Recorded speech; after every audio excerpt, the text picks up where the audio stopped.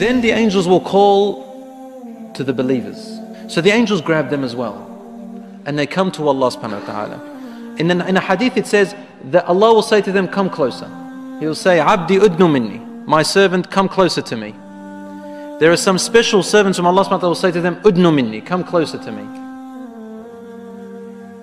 That servant keeps coming closer and closer and closer until finally the nur covers him, the hijab covers him, and there is between him and Allah a veil, a different type of veil.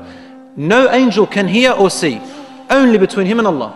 Allah subhanahu wa ta'ala speaks to them. In a speech, Allah's speech, we know that Allah subhanahu wa ta'ala has a speech. He told us this in the hadith and in the ayat. He speaks, He has a speech, but we don't know what this speech is like. لَيْسَ كَمِثْلِهِ شَيْءٍ وَهُوَ السَّمِيعُ الْبَصِيرُ. There is nothing like Him, and He hears and sees all things. Just like He says He hears and sees, He speaks, but how does He see? How does He hear? Not like us. In a manner that befits Him, He knows subhanahu wa ta'ala. We accept it as it is. And Allah says to him, Abdi, look at your records. And he sees sins. Allah says to him, didn't you know that you did this sin and I could see you? You did it in secret and I could see you. Didn't you know this day will come? Didn't you know that today I will question you? Didn't you know? And he will say, Rabbi, I did. And Allah subhanahu wa ta'ala will say to him, why did you do it?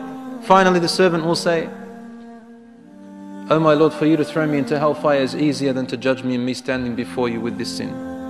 So then he looks at the other, next page. He sees another sin, worse than the other one. Same thing happens. Then he looks, and there are worse sins, and sin keeps growing. And this poor believer is sitting there saying, my Lord, in the end he says, Khalas, I'm actually going to hellfire. My deeds haven't been accepted.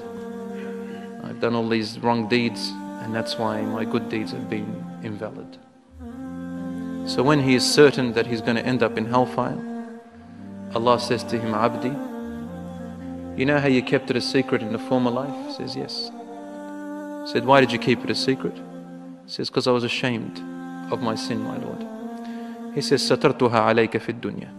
Don't you see I kept it a secret in the former life? I didn't expose you. And that was part of my mercy.